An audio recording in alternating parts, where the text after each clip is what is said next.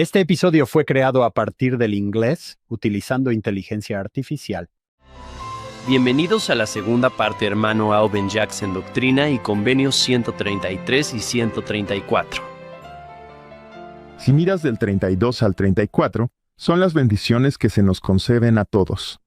Y allí caerán y serán coronados de gloria, sí, en Sión, por las manos de los siervos del Señor, sí, los hijos de Efraín. Y serán llenos de cantos de gozo sempiterno.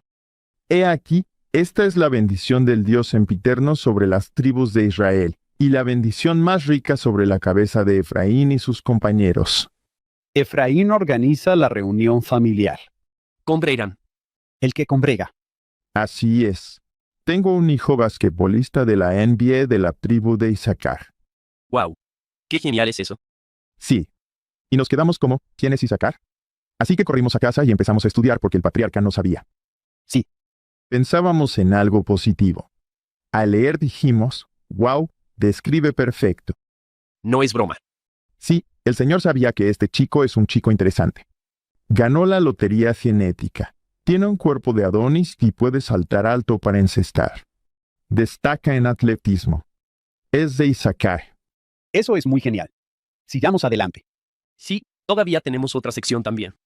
Llega a las 134 para responder preguntas sobre el gobierno. Si vas al 37 y al 39, el Señor vuelve a destacar, y este evangelio será predicado a toda nación, tribu, lengua y pueblo. Luego, comienza en esta sección destacando el porqué. Voy a venir de nuevo. Prepárense, alístense para que todos puedan salir al mundo y congregar y crear Sión. Y queríamos la parábola del esposo. Luego termina diciendo algunas de las mismas cosas que dijo a lo largo de las Escrituras. Tráiganlos, el evangelio será predicado a toda nación, tribu, lengua y pueblo. ¿Qué opinan del 46 al 48? Habla de, y se dirá, ¿quién es este que desciende de Dios en el cielo con vestiduras teñidas? Sí, de las regiones que no son conocidas, vestido con su gloriosa ropa, viajando en la grandeza de su fuerza. Y él dirá, yo soy el que hablé en justicia, poderoso para salvar. Y el Señor será rojo en su vestidura, y sus ropas como el que pisa en el Hadar. ¿Qué piensan de eso? ¿Va a llevar algo diferente al blanco? No es así. Sí. Bastante increíble. Cuando vuelves a Israel y aprendes sobre el proceso de hacer vino, no podían usar una roca muy pesada para aplastar estas uvas porque aplastaría la semilla y amargaría el vino. Usaban sus pies descalzos porque es la presión justa para exprimir una de estas uvas, pero sin aplastar la semilla. Pero cuando terminas, tu ropa está cubierta. Aquí está él, dando ese mismo símbolo. Hice esto solo y sus ropas están cubiertas de esa sangre simbólica. Vaya, te hace sentir reverente solo de pensarlo. Imagínate ver tanto rojo en la ropa de alguien. O sea, eso me hace sentir reverente, como, wow. No sé si es literal o figurado. A los fans de la Universidad de Utah y Frank Jackson podría gustarles el versículo 48. Es una idea hermosa que aquí viene y habiendo realizado su sacrificio expiatorio. Sus vestiduras nos muestran eso. Su ropa nos muestra su identidad. No quiero saltarme el versículo 45, chicos, si no les importa, porque es de mis escrituras favoritas. Es 1 Corintios 2, 9. Esto suena como un eco de ese versículo 45. Desde el principio del mundo no han oído los hombres, ni percibido por el oído, ni ojo ha visto. Oh Dios, fuera de ti, cuán grandes cosas has preparado para el que en ti espera. Ustedes conocen ese versículo. Cuando Pablo escribió eso, es como, imagina lo más grandioso que puedas imaginar y es mejor que cualquier cosa que puedas concebir para aquellos que aman al Señor, en la sección 45, que esperan en Él. Estoy realmente impresionado con cómo se entrelaza la Biblia aquí en esta sección. Sí. Cierto. Y volviendo a lo que dijiste, y su voz será oída. He pisado yo solo el Hadar, y he traído juicio sobre todo pueblo, y nadie estuvo conmigo. Eso fue antes en esta sección. Está en el versículo 50. Porque sí, lo llamó una tinaja de vino y a ti lo llamó un ladar. Él puede decir, porque yo hice esto. Solo yo estoy en el lugar para juzgar a toda la gente. Ahora tengo este conjunto de habilidades o las herramientas que necesito para mirar en tu corazón y alma. Es realmente poético y simbólicamente es rico. Él descendió al fondo de todo lo que significa que puede levantarnos. También hay una interpretación literal de eso. Cuando piensas en el Mar Muerto como el lugar más bajo de la tierra y el Jordán que lo alimenta. Al ser bautizado, descendió por debajo de todas las cosas. Luego recordó a José Smith en la cárcel de Liberty que él también descendió por debajo de todas las cosas al ser encarcelado y acusado falsamente. Es interesante pensar que, en más de una forma, descendió por debajo de todo. No es necesariamente un viaje de culpa. A John le gusta decir, haz las maletas, vamos a hacer un viaje de culpa. En el versículo 53, lo veo diciendo, conozco tus aflicciones. En sus aflicciones, él fue afligido. He entrado en tus aflicciones contigo. Puedo salvarte con amor y piedad. Puedo redimirte y llevarte. Esta es una invitación a venir al único que puede salvar. Es como Alma 7, 11 y Alma 7, 12, donde sabrá, según la carne, cómo socorrer a su pueblo, porque estará aquí según la carne. Ha vivido aquí en un cuerpo, por lo tanto, sabrá cómo socorrernos, lo cual es genial. Porque nos ama, justo ahí en el versículo 52, y mencionarán la benignidad de su Señor, y todo lo que les ha concedido según su bondad, y según su benignidad para siempre jamás. Te da esperanza, pero tienes que estar en las Escrituras para leer esto, para saberlo por ti mismo, porque si no, entonces vas a la batalla con un palillo y un parche curita, en lugar de ponerte toda la armadura de Dios, que incluye estudiar estas Escrituras para que estas palabras puedan resonar contigo y el Señor pueda hablarte y te des cuenta y aprendas sobre sus tratos con los hombres y su bondad y su amor por nosotros. Y que nos conoce individualmente. Él sabe cuáles son nuestras luchas y cuáles son nuestros problemas y nuestras aflicciones, y puede ayudarnos. Las escrituras lo hacen. Te devuelven tu inversión y algo más. Pagan dividendos. Bien dicho. Cuando vas al 56 aquí, esto parece un lenguaje casi similar a la mañana de la primera resurrección, y las tumbas de los santos se abrirán. Y saldrán y se pararán a la diestra del Cordero, cuando Él se pare sobre el monte Sión y sobre la ciudad santa, la nueva Jerusalén. Y cantarán el cántico del Cordero día y noche por los siglos. ¿Qué piensan de estos versículos, caballeros? Hablando de tumbas abiertas, me encanta la idea de la resurrección y que las tumbas son algo temporal. Ocupan mucho espacio, pero un día todas estarán vacías. Es tan divertido pensar en aquellos que han fallecido, en estar con ellos de nuevo, todo gracias a la victoria del Cordero. Así es. En el versículo 57, para que los hombres recibieran las glorias reveladas, el Señor envió la plenitud de su evangelio, su convenio sempiterno. Vuelven los convenios. Me encanta esta idea de convenios en cada uno. El convenio que hacemos con el Señor nos une aún más a Él. Haciendo referencia a un discurso que el elder Rendland dio hace 2 conferencias sobre cómo esos convenios adicionales nos acercan al Señor, y luego el presidente Nausen destacando cómo esa relación de convenio nos fortalece. Y él pregunta, ¿facilita eso la vida? Él dice que de ninguna manera, pero que cuantos más convenios hagas con el Señor, más fácil te resultará la vida. Y se refiere no solo a nuestros convenios bautismales, sino también a ir al templo para hacer esos convenios adicionales con el Señor, que nos fortalecen. Como dijo el elder Suárez, para darnos eso. La gente me mira y piensa, eres arrogante. No, solo soy una persona segura gracias a los convenios que he hecho. Así es.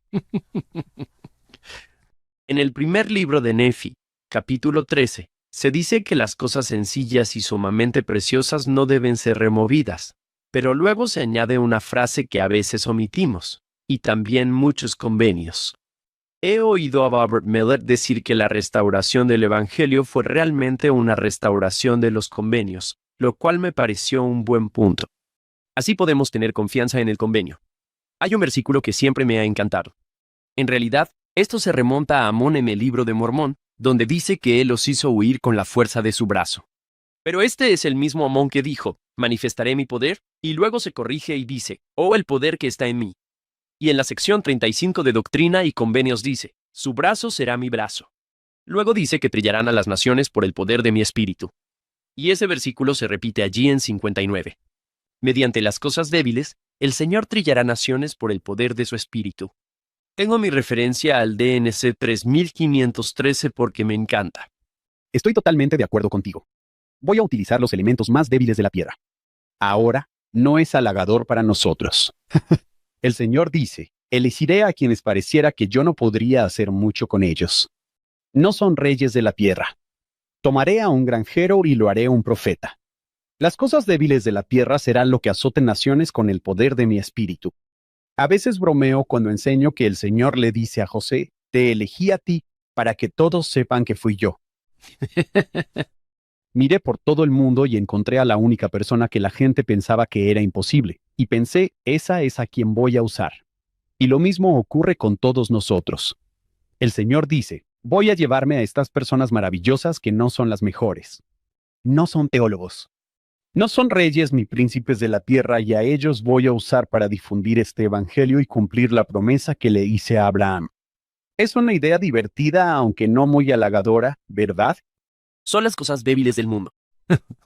Los elegí para que todos supieran que fui yo. Un atributo que noté fue la humildad. Él busca a alguien que obedezca. Como en el versículo 71, he aquí, no hay quien os libre, porque no obedecisteis mi voz. Cuando os llamé desde los cielos, no creísteis a mis siervos, y cuando os fueron enviados, no los recibisteis. Esa es una advertencia final que nos da Doctrina y Convenios 133 y nos amonesta a no ser esa persona. Es como la ofrenda de la viuda, da lo que tienes y el Señor lo multiplicará. Qué lenguaje esperanzador en esta sección. Muy esclarecedor. Lo es. Y es muy divertido para mí el poder ver todas las referencias de las escrituras que tenemos aquí. Podría pasar horas mirando cada frase desde otro lugar. Es como un llamado final.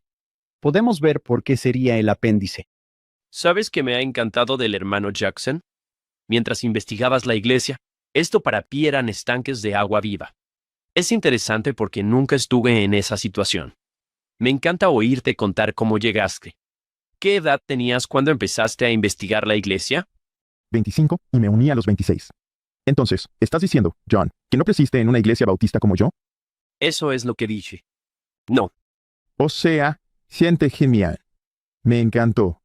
Era más entretenimiento que abrir las escrituras y leamos la escritura y luego apliquémosla a nuestra vida. Antes de unirme a la iglesia, casi no leía la Biblia. Conocía al Señor, pero lo conozco mucho mejor ahora gracias al Libro de Mormón y a la revelación de los últimos días. ¿Es nuestra iglesia tan emocionante en cuanto a la música? ¿Aplaudimos? No. Es un poco diferente a cómo me criaron, pero aún así es divertido porque salgo iluminado con conocimiento que puedo usar en mi vida diaria para ayudarme a ser lo mejor que puedo ser. Me encanta eso. Y se puede ver en el versículo 62. Os di todo esto para que os arrepintáis y seáis santificados. Así se siente recibir esa agua viva, tomarla. Sientes que estás siendo santificado. ¡Qué sección tan increíble! No es una sección que se me venga a la mente cuando estoy enseñando o hablando. Es profunda por derecho propio. Algo así como la sección 1, John, donde piensas, esto es bueno, y luego te adentras en ella y piensas, wow. Me encanta, Hank, que estas dos secciones ocurrieron con pocos días de diferencia. Son secciones muy completas sobre la llegada de la restauración al mundo. Sí. Y tienen 2 días de diferencia. Ahora, hermano Jackson, cuando usted y yo hablábamos de que viniera al programa, usted dijo, Hank, mi especialidad es realmente el gobierno y la historia estadounidense. Y miré y vi que la sección 134 es exactamente su especialidad. Así que nos encantaría aprender de usted hoy, que nos dé de su experiencia. Es muy amable al decir eso. No estoy seguro de ser un experto, pero haré lo mejor que pueda. Me encontré con la 134, y cuando se habla de revelación, esta sección no fue una revelación directa del Señor a los hermanos. Fue más bien una declaración de nuestras creencias, porque si lo piensas, el ambiente cuando la iglesia se está formando, la gente común mira a los miembros de la iglesia como si fueran raros. Hablan de este gobierno diferente. Tenemos una forma de gobierno republicana, tenemos una democracia aquí. ¿Qué son estos santos de los últimos días? ¿De qué se tratan? ¿Para qué sirven? ¿Son parte de nosotros? ¿Están en mi contra? ¿Qué está pasando aquí con esta gente? Y en Doctrina y Convenio 134, hay una asamblea general de líderes del sacerdocio que se convoca en Kirtland el 17 de agosto de 1835. Esto es para escuchar a Oliver Cowdery y Sidney Rigdon presentar Doctrina y Convenios. Oliver presentó el libro y su contenido a los consejos reunidos, después de lo cual los líderes del sacerdocio testificaron unánimemente de su satisfacción con la obra. Luego procede a leer una declaración titulada de los gobiernos y las leyes en general, que probablemente es, si no exclusivamente, producto de su mente y sus escritos. La asamblea la aceptó y adoptó para su inclusión. Así obtenemos la sección 134, que como indiqué antes no es una revelación, pero fue canonizada como parte de Doctrina y Convenios, con principios republicanos de gobierno constitucional y libertades individuales, incluidos los derechos de la conciencia religiosa. Al leer estos versículos, verán que la conciencia religiosa y la libertad de adorar surgen varias veces, con la Iglesia preocupada por sus derechos eclesiásticos. Leí en mis estudios que nada en ella era nuevo u objetable para José. Como destaqué antes, es un intento de informar a un público a menudo mal informado y a veces hostil hacia la Iglesia, porque estamos en armonía con los valores estadounidenses de la época de la publicación o del inicio de la Iglesia. Fue un intento de convencer a los escépticos de que apoyamos y sostenemos un gobierno republicano. Aleja a la Iglesia de partidos o causas que no sean la predicación del Evangelio.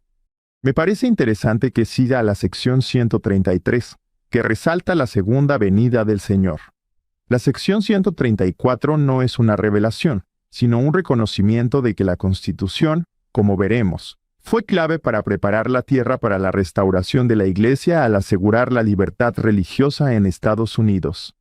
Es una sección que repite esta idea. Si miras el versículo 2, dice, a cada individuo el libre ejercicio de la conciencia. En el versículo 4, no creemos que la ley humana tenga derecho de intervenir para prescribir reglas de adoración, ligar conciencias, ni dictar formas de devoción pública o privada. Así, la idea de libertad de conciencia se repite aquí. Ellos enfrentaron persecución entonces, a veces por parte del gobierno local por estatuto. Bueno, es 1835, acaban de sufrir en Missouri una y otra vez. Tienen esta idea loca de que pueden vivir en la tierra que compraron. Sí, esta noción loca de que debería poder vivir en la tierra por la que pagué y de la que tengo el título. Creo que la Constitución garantiza libertad religiosa. ¿Por qué pasa esto? Sí, así es. A lo largo del texto está el principio de proteger a los inocentes y castigar a los culpables, o cumplir y administrar la ley con equidad y justicia, que se encuentra en el versículo 3. Volviendo a lo que acabas de decir, John, ¿por qué nos tratan así? Somos ciudadanos estadounidenses. La ley dice que se supone que deben proteger a los inocentes y castigar a los culpables. ¿Y los culpables nos están devastando en este momento? ¿Qué harán ustedes? El versículo 4 habla del magistrado que reprima el crimen, pero nunca controle la conciencia. Castigue la culpa, pero nunca suprima la libertad del alma. Ese versículo realmente captura la esencia de toda la sección 134. Tenemos leyes en los libros, deben reprimir el crimen, pero al mismo tiempo, proteger los derechos de los individuos a adorar como les plazca. Esto es Estados Unidos. Esta sección 134 lo destaca. En el versículo 1 dice, creemos que Dios instituyó los gobiernos para el beneficio del hombre y que Él hace a los hombres responsables de sus hechos con relación a dichos gobiernos, tanto en la formulación de leyes como en la administración de estas, para el bien y la protección de la sociedad. Toda esa noción de autogobierno. Cuando piensas en los principios de libertad contenidos en la Constitución, permite a los hombres actuar de acuerdo con su albedrío moral, haciéndolos, volviendo a lo que dice la palabra aquí, responsables de sus propios pecados en el día del juicio. En Doctrina y Convenios sección 101, versículo 78 dice, que todo hombre obra en doctrina y principio para lo futuro, según el albedrío moral dado, para que cada uno sea responsable de sus propios pecados en el día del juicio. ¿Por qué esa escritura? Simplemente me saltó a la vista. ¿Y por qué es tan importante? Porque esta escritura revela la importancia del autogobierno en lo que se refiere al principio de la responsabilidad individual. Encontré un discurso que dio el presidente Oaks. Él resalta esta noción. Él dice, cito, la condición más deseable para el ejercicio eficaz del albedrío moral dado por Dios es una condición de máxima libertad y responsabilidad. En esta condición, Los hombres son responsables de sus propios pecados y no pueden culpar a sus condiciones políticas de su servidumbre a un rey o a un tirano. Esta condición se logra cuando el pueblo es soberano, ya que está bajo la constitución que Dios estableció. Fin de la cita. Dijo esto en un discurso que conmemoraba el bicentenario de la Constitución. ¿Qué piensan, caballeros? De inmediato, voy a la formación en el libro de Mormón del gobierno de los jueces. Usan esa misma idea. Mosía mira a su alrededor. Oye, mis 4 hijos solo querían volver a la tierra de Nefi y ser misioneros. Deberíamos empezar una nueva forma de gobierno. Lo llamaremos el gobierno de los jueces, pero no es solo que los hijos se habían ido. Era que ustedes deben ser responsables de sus propias decisiones, no hacer que el rey sea responsable de sus decisiones. Parece que eso fue parte de pasar al reinado de los jueces, fue el albedrío personal y la responsabilidad. Ahí es cuando la gente quiere un rey y él dice, tal vez no. No creo que sea una buena idea. Y levanta un cartel del rey Noé y la gente dice, bueno, tal vez tenga razón. Levanta un cartel. ¿Recuerdan a este rey? ¿No han aprendido nada? El rey Noé era un tipo malo. Es Mosía, capítulo 29, donde Mosía propone que se elijan jueces en lugar de un rey. Los reyes inicuos llevan a su pueblo al pecado. Y es entonces cuando Alma, el joven, es elegido como juez superior por la voz del pueblo. Considerando de dónde vino, y ahora de repente ha sido elegido para ser el juez superior por la voz del pueblo. Eso resalta para mí el milagroso y hermoso don de la expiación y la redención. Aquí hay un joven que, como Saulo, perseguía a la iglesia. Tiene una experiencia de Saulo a Pablo yendo a Damasco y ve el error de sus caminos. Eso se remonta a salir de Babilonia. No puedes tener un pie en el mundo y otro en el reino de Dios. No funciona. Esta idea hace que la expiación cobre vida para cada uno. Nos capacita para el don de la libertad de elegir, decidir y escoger la libertad del gran mediador o el cautiverio que el otro ofrece. Así que vivir en una condición de máxima libertad nos brinda esa oportunidad. Hermano Jackson, los veo apelar a la ley, porque sí, creen que es inspirada e instituida por Dios, y no está funcionando. John, dijiste que esta constitución en este punto solo tiene, ¿qué? ¿50, 60 años? ¿Puedes entregar el gobierno al pueblo? ¿Qué ves en tu experiencia, hermano Jackson, en el gobierno? Has estado en la capital. Has estado cerca de los hombres y mujeres que son funcionarios electos. Cuando ves lo que los santos esperaban y lo que recibieron, y luego llegas a hoy, ¿qué esperamos de nuestro gobierno como miembros de la Iglesia? Vaya, esperamos, y creo que hemos estado a la vanguardia y esta es la belleza de lo que nuestra Iglesia está haciendo, es que estamos uniendo fuerzas con otras religiones. Queremos que el gobierno se mantenga al margen de la religión y que preserve nuestro derecho a adorar como queramos, a mantener nuestros templos santificados y operando según la voluntad de Dios y no del gobierno. Luchamos por mantener al gobierno fuera de los espacios religiosos porque, vuelve a lo que dijimos antes, es parte de la guerra contra el albedrío, y que hay personas con mentalidad conspiradora que no quieren que tengamos esa libertad. Quieren el poder para controlarnos. Quieren que el gobierno sea nuestro Dios, que reemplace a Dios. Lo ves cuando caminas por los pasillos del Congreso. Creo firmemente que la mayoría de los miembros del Congreso están realmente allí por las razones correctas y que a veces están un poco equivocados. Ojalá cada miembro del Congreso pudiera tomar una clase de civismo antes de prestar juramento, para que realmente entendieran toda la premisa detrás de la Constitución, y que toda la premisa es dividir el poder entre muchos para que no se concentre en un solo cuerpo o una sola rama del gobierno, que está distribuida. Y así evitar toda esta noción de tiranía. Si tienes poder concentrado en solo una área, entonces estamos de vuelta al gobierno del que escapamos en 1776. ¿Tiene sentido? Sí, exacto. En tu trabajo con el gobierno, ¿cuáles has visto como las mayores bendiciones? ¿Y qué has visto como las mayores advertencias y precauciones? Oh, vaya. Es una muy buena pregunta. La clave para preservar la libertad es un gobierno local fuerte. Y lo que hemos visto pasar desde los principios de 1900, con enmiendas que han sido añadidas a la Constitución y decisiones de la Corte Suprema, el poder pasó de nosotros, el pueblo, a Washington, D.C. Recurrimos a Washington, D.C. con demasiada frecuencia para resolver problemas que deberían haber sido resueltos en el nivel local. lo vi en el gobierno estatal.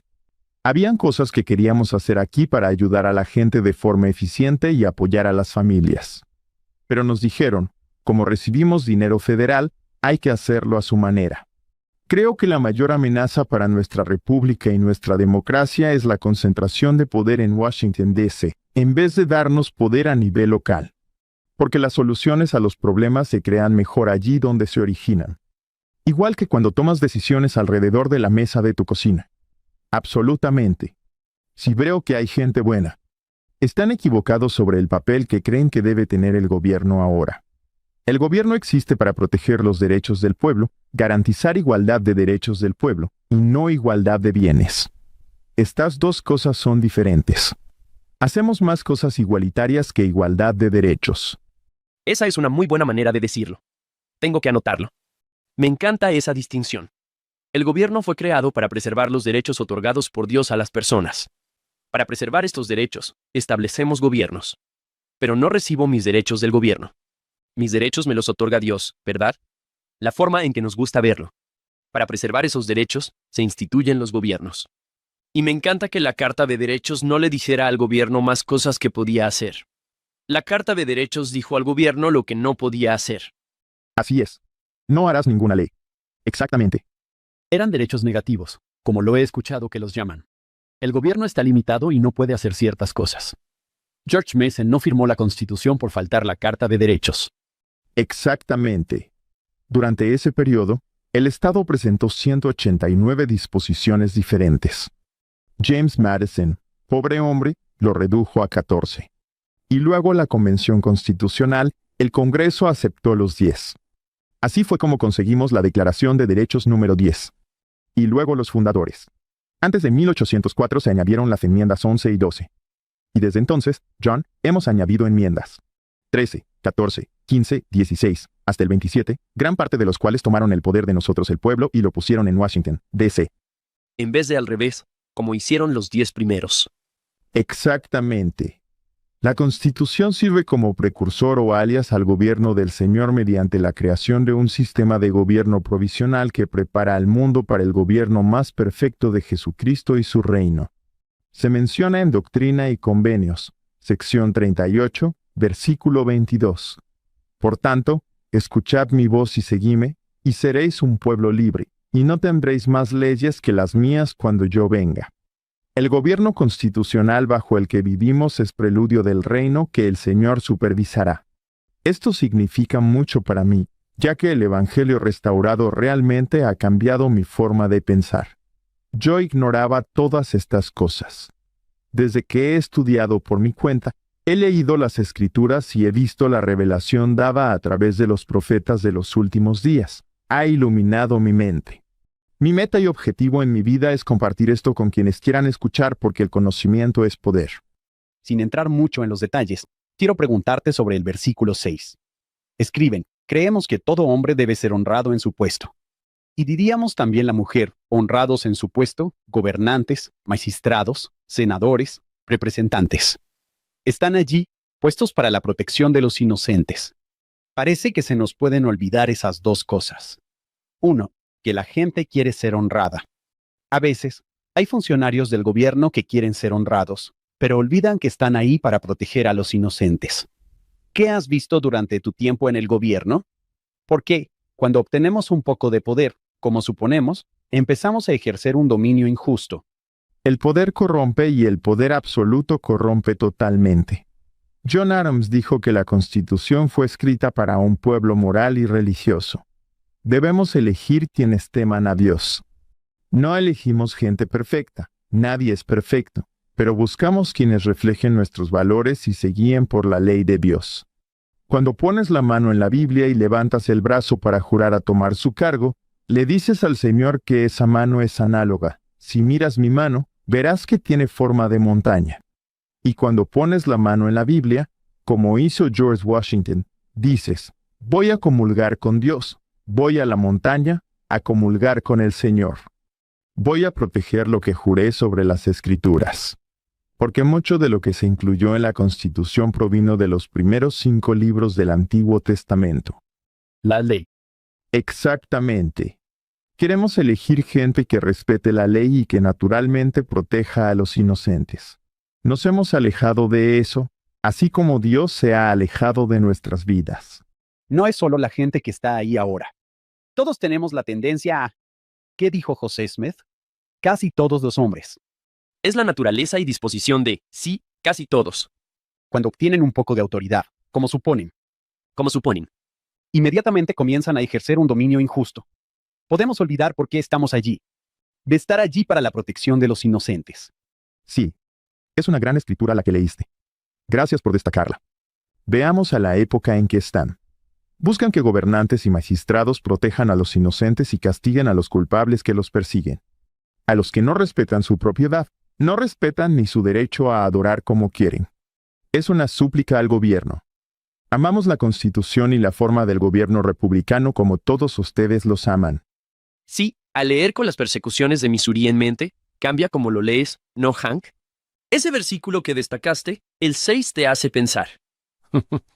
Incluso llegaron al extremo aquí. Si ves en el versículo 12 aquí, y no estoy saltando a los otros versículos, la última parte trata de la aquiescencia de la Iglesia a las leyes del país sobre la esclavitud. La Iglesia, aunque creíamos que estaba mal, no interrumpiría esa relación entre amo y siervo, es decir, no creemos que sea correcto interferir con los siervos, ni predicarles el Evangelio, ni bautizarlos en contra de la voluntad y el deseo de sus amos, ni entrometerse ni influir en ellos en lo más mínimo para que se sientan insatisfechos con su situación en esta vida, poniendo así en peligro la vida de los hombres. ¿No es un versículo interesante que hayan añadido eso? ¿Lo leyeron todos? Sí, de eso nos habían acosado en Missouri. Así es. W. Phelps escribió un artículo. Missouri era un estado esclavista. Los santos que llegaban se oponían a ello. Escribió este artículo que lo hizo sonar como, sí, vengan para acá.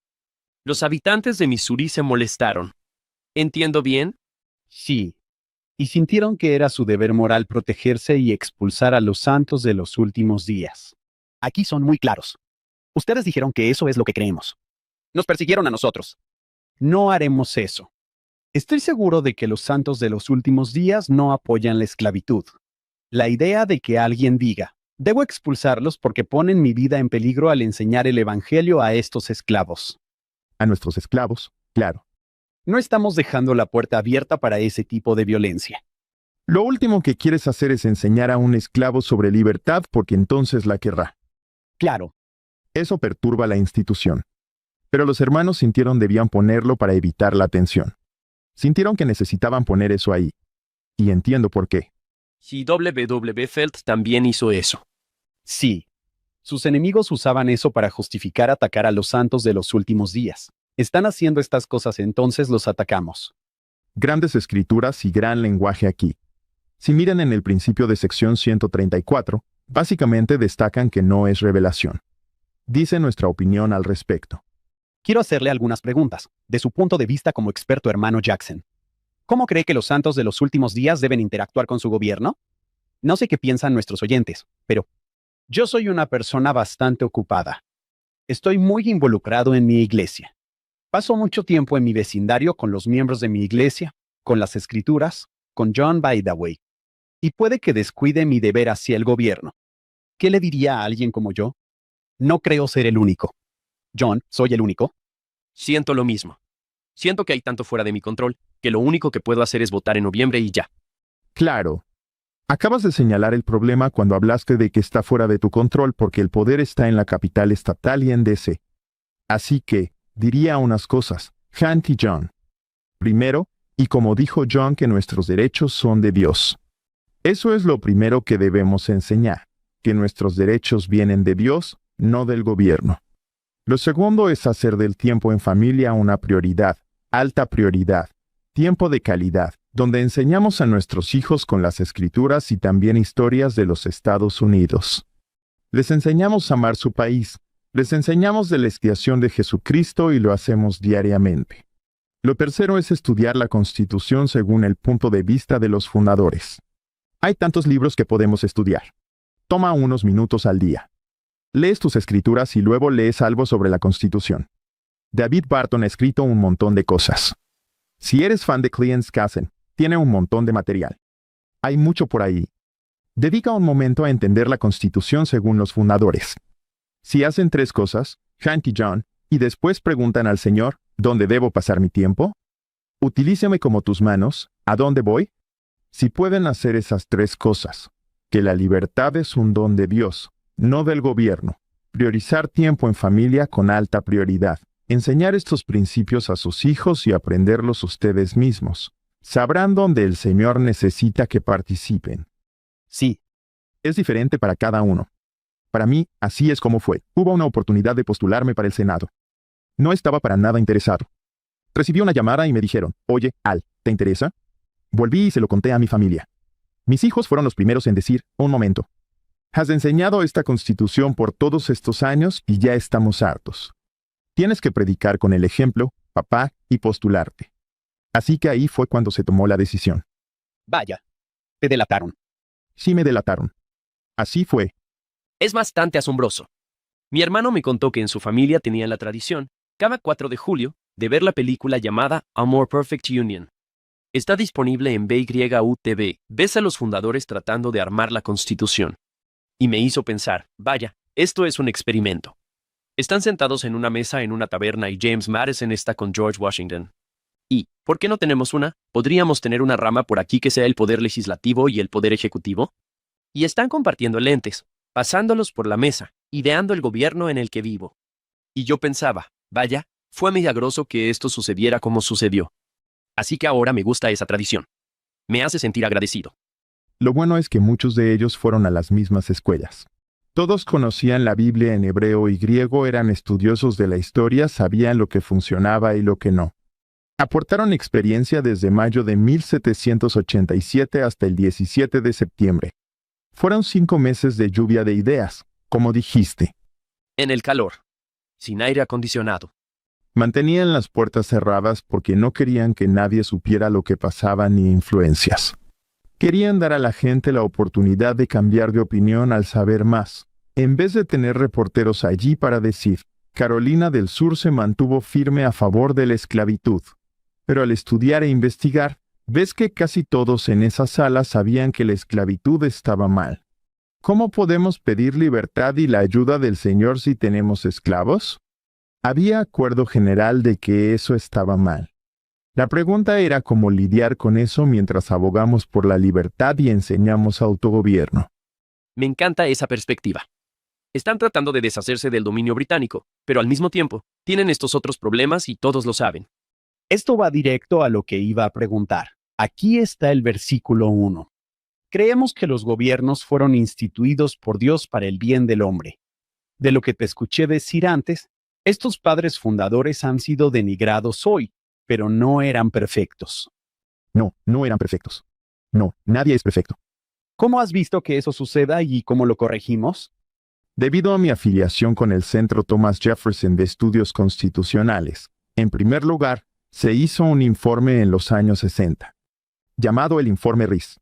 Y básicamente, destacaba el plan, a través de organizaciones exentas de impuestos, para cambiar la historia. Contratar a sus propios eruditos para reescribirla, de modo que abogara por quienes querían alejarnos de una república hacia el socialismo y comunismo, donde unas pocas personas en la cima deciden por los demás. Volviendo a la noción de poder. Esa información estaba disponible para todos. Es pública. Benjamin Franklin, por ejemplo, tuvo 14 hijos y era considerado lo peor, un mujeriego. Al leer sus escritos y lo que la gente pensaba de él, era conocido como moralista. Se gastó más dinero en perseguirlo y cambiar la percepción sobre él que en otros fundadores. No puede ser. Porque era conocido como el padre de la moralidad. Una locura. Todo se reduce a investigar por cuenta propia. Investiga y entiende esto. El Señor dice que levantó hombres sabios. Con el mismo propósito. Cierto. No puedes tener un documento inspirado si estás trabajando con degenerados, pervertidos e hipócritas. Tiene que haber algo en la naturaleza de estos hombres que fuera bueno. Sí, tenían defectos. Hank, tienes razón. Solo 12 de 55 tenían esclavos, aunque muchos creen que todos los tenían. No, solo 12 de los 55. Y todos sabían, volviendo a lo que dije antes, que era algo que estaba mal. y tenían que averiguar cómo contenerlo para que no se extienda y se extinga. Dijiste antes que cuando no podemos luchar contra el principio, luchamos contra la persona. Contra las personalidades. Lo mismo les pasa a los primeros líderes de la iglesia y a los padres fundadores. Si no puedes atacar la doctrina, vas tras la personalidad. Hermano Jackson, combinemos sus dos áreas de experiencia aquí. Usted pasa mucho tiempo con los Haas como presidente de Estaca. Usted tiene conocimiento sobre gobierno e historia. Aquellos de nosotros que somos padres de jóvenes adultos solteros, ¿cómo logramos que no sean apáticos hacia el gobierno? No solo en los Estados Unidos, tenemos oyentes en todo el mundo. Hablé antes sobre el devocional familiar y cómo empezamos temprano con nuestros hijos, enseñándoles el ABC de la Constitución, historias de Estados Unidos, leyendo sobre George Washington, John Adams y afroamericanos que ayudaron a formar el país. Nunca es tarde para enseñar estos principios a sus hijos, pero primero debe aprenderlos usted. He notado que todos tienen un grupo de texto familiar. Como nuestros hijos ya no viven en casa, mi esposa les envía un devocional diario por texto con una escritura, una cita de la conferencia general y alguna historia sobre Estados Unidos relevante a las señales de los tiempos. Los chicos a menudo, John, ni responden, pero sabes que lo leen. Luego, en la playa con ellos, mencionan algo que mamá envió y pensamos, oh, si los están leyendo, si están escuchando. Mi esposa y yo visitamos sitios como Mount Vernon y el Capitolio. Fuimos a Washington's Crossing y tomamos fotos de dónde estamos y se las enviamos a los chicos. Todos nos tomamos fotos al ir al templo y se las mandamos a los chicos. Los bombardean diario con esto. Empiezan a hacer preguntas, a darse cuenta y a recordar quiénes son, de dónde vinieron y lo que aprendieron. Nunca es tarde para contar a nuestros hijos historias, y todos estamos llegando a la edad de tener nietos. Debemos hacer lo mismo con ellos. Porque, ¿quién lo va a hacer si no lo haces tú? Eso es correcto. No lo van a recibir del mundo. No, no lo harán. Satanás no es sutil. Así que ya no podemos ser sutiles. Tenemos que ser valientes. Tenemos que ser valientes. Y hay una manera de hacerlo que es amorosa. Tus hijos saben que te preocupas por ellos. Con los Haas, se trata de ir al templo. Se trata de hacer y guardar convenios. Cuando lo logras, son abiertos a aprender cómo marcar la diferencia. Algo que realmente me ayudó fue salir de los Estados Unidos y servir una misión en lo que a veces llamamos un país del tercer mundo. Ver cómo vive la mayor parte del mundo. Fue una lección de humildad, me hizo sentir agradecido. Pensé, nunca más me quejaré. Creo que lo hice un par de semanas después. Ir a ver y empezar a apreciar, me hizo darme cuenta de, vaya, ¿qué es lo que tenemos que tantos no tienen en esta Constitución y en la Declaración de Derechos y cosas así? Cuando estaba en la preparatoria, leí un libro llamado Piloto de MiG. Un tipo llamado Víctor Belenko era un piloto de la Unión Soviética. Voló un MiG-25 a Sapporo, Japón, a Hokkaido, la isla más septentrional de Japón, y aterrizó y básicamente dijo, deserto. Y le entregó este MiG-25 a Japón. Una de las historias que nunca olvidé es que lo llevaron a un supermercado en los Estados Unidos. Tuvieron que ocultar su identidad y todo. Él pensó, de ninguna manera. Todo esto es un espectáculo. Es imposible. Estaba caminando por pasillos de comida. Dijo, llegué a la zona de la carne. Y todo estaba envuelto en plástico, y decía cuánto pesaba en libras, y el valor tanto por libra y que caducaba en tal fecha. Él pensaba, no puedo creer que el gobierno haya montado esta farsa. Porque ¿dónde están los guardias? ¿Dónde están las filas? Es imposible que esto suceda. Le dijo a su conductor, lléveme a la parte más pobre de la ciudad. Y el conductor dijo, de acuerdo. Y allí también había un supermercado.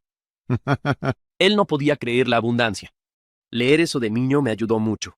Dijo que si llegaba un nuevo cargamento de zapatos a la Unión Soviética, ponían un aviso y en un par de días, se formaba una fila y se agotaban en 2 horas. Y yo entro en estos supermercados y veo esta abundancia, y él simplemente no podía creerlo. Le tomó semanas creer que esa era la vida normal. Tuve la oportunidad de hablar en el Festival de la Libertad en la ciudad de Provo el pasado julio. Fue una oportunidad increíble. Justo cuando me levantaba para hablar, anoté, ojalá tuviera mis notas aquí, algo que quería decir al final. Sentí que fue inspirado, o al menos eso espero. Fue algo así. Mientras hablaba con los padres y abuelos, les dije que si sus hijos y sus nietos llegaban a pensar que los campos dorados de grano son hermosos, es porque ustedes se los mostraron. Si van a sentir que los pies de los peregrinos son hermosos, es porque ustedes les hablaron de ellos. Si van a encontrar hermosos a los héroes probados que amaron a su país más que a sí mismos, es porque ustedes les contaron historias sobre esos héroes. Si encuentran hermoso el sueño del patriota, es porque ustedes se lo mostraron. Hermano Jackson, esto es inspirador. Cuenten estas historias. Ellos no las escucharán sin ustedes. Gracias por eso. Fue hermoso. Ojalá hubiera estado allí para escucharlo. ¿Cómo lo recibió el público? Fue una gran noche. Un poco estresante. Había bastante gente allí. Pero lo único que podría haberlo mejorado era el sobrevuelo de un F-16 al final, ¿verdad? Eso hubiese sido genial. ¿Pediste uno? Hay una razón por la que amamos, una razón por la que se siente el poder del patriotismo y esas canciones. John, tenemos oyentes en todo el mundo y no queremos dar la impresión de que esos lugares no sean maravillosos. La sección 134 de Doctrina y Convenios trata de esto. Esta tierra fue establecida para proteger a los inocentes. Fue establecida de tal manera que, aunque ciertamente no se sentía así en Missouri, la libertad religiosa era un derecho constitucional. Así es. Por eso veneramos a esas personas, por lo que pasaron para que disfrutemos lo que tenemos. También debemos enseñar a nuestros hijos los sacrificios hechos. Les digo a mis hijos, tuvimos esclavitud y fue horrible, no lo aprobamos. Fue horrible. Pero ¿saben qué? Nos apoyamos en sus hombros. Nos apoyamos en su sacrificio. La mejor manera de honrar su sacrificio es ser lo mejor que pueda hacer, trabajar duro, perseverar, confiar en el Señor en lugar de quejarte de lo que pasó. Construyamos sobre el sacrificio que hicieron.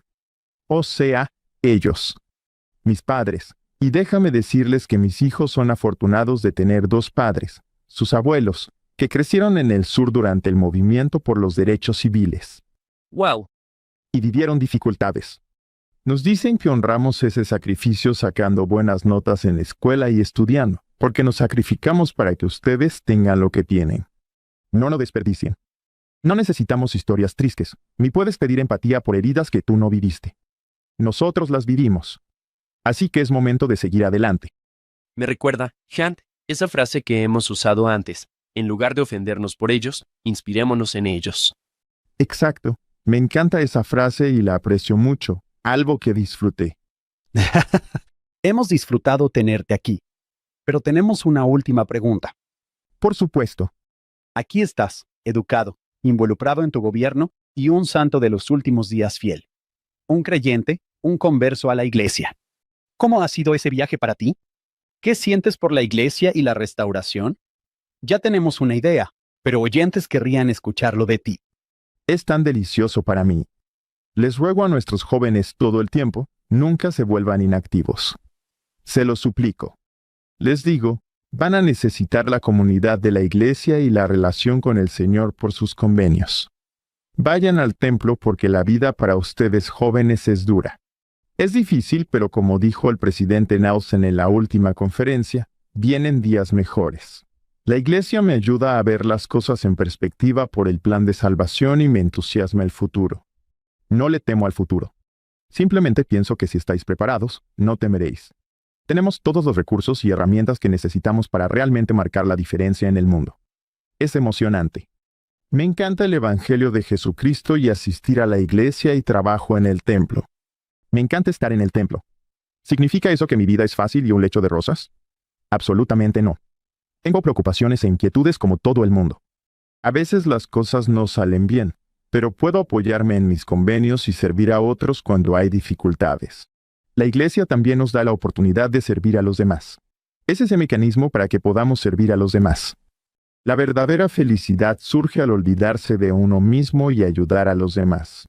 Procuramos que los jóvenes sirvan en sus comunidades, se ministren y magnifiquen sus llamamientos, pues eso da felicidad duradera. Sé que mi corazón duele por quienes quieren casarse. Es un camino difícil, sobre todo para nuestras hermanas. Si guardan sus convenios y son fieles, el Señor responderá sus oraciones y todo estará bien. El Señor promete una plenitud de gozo. Sí, así es. Esto ha sido muy inspirador. Ver tu humildad y tu bondad y luego tu amor por la historia y el gobierno de Estados Unidos es algo que describiría como, no pretendías llamarme al arrepentimiento, pero lo hiciste con tu ejemplo. Eres muy amable. Ustedes dos han sido mis héroes durante mucho tiempo. Les agradezco por este podcast y por lo que hacen para marcar una diferencia. Y, como dijeron al principio, estamos aquí para ayudar a las personas a mejorar sus vidas. Necesitamos más de eso en este mundo. Así que, gracias. Vamos a bendecir algunas vidas. Me siento tan abrumado de gratitud tantas veces al grabar estos podcasts, solo por poder sentarme aquí y aprender de gente realmente increíble. Y tienes tantos títulos. Humildemente querías que te dijeran hermano, pero es senador, vaya. Y presidente. Eso es genial. Y gracias por enseñarnos hoy. Y hablar contigo me recordó algunas de las cosas que mi papá dijo cuando se unió a la iglesia a los 24 años sobre cosas que nunca había imaginado que existían y que aprendió. Y es esa agua viva de la que hemos hablado. Gracias, hermano Jackson. Gracias. Que Dios los bendiga a ambos. Esto ha sido Aguas Vivas en Tierra Sedienta. Así es. Gracias al hermano Alvin Jackson por estar hoy y a la productora ejecutiva Shannon Sorensen. Es de lo más patriota que hay. Queremos agradecer a nuestros patrocinadores, David y Verla Sorensen. En cada episodio recordamos a nuestro fundador amante de este país, Steve Sorensen. Esperamos que nos acompañen la próxima semana. Vamos a cubrir más de doctrina y convenios en Sígueme. Gracias por acompañarnos en el episodio de hoy. Tú o alguien que conoces habla español, portugués o francés. Ahora puedes ver y escuchar nuestro podcast en esos idiomas. Los enlaces y las notas y la transcripción del programa de hoy están en nuestro sitio web, followhim.co. Eso es followhim.co. Por supuesto, nada de esto podría suceder sin nuestro increíble equipo de producción. David Perry, Lisa Spice, Will Stoughton, Crystal Roberts, Dr. Ariel Quadra, Heather Barlow, Amelia Kabuika, Sydney Smith y Annabelle Sorensen. Cualquier pregunta o problema que tengan, la respuesta siempre se encuentra en la vida y las enseñanzas de Jesucristo. Acude a Él, follow Him.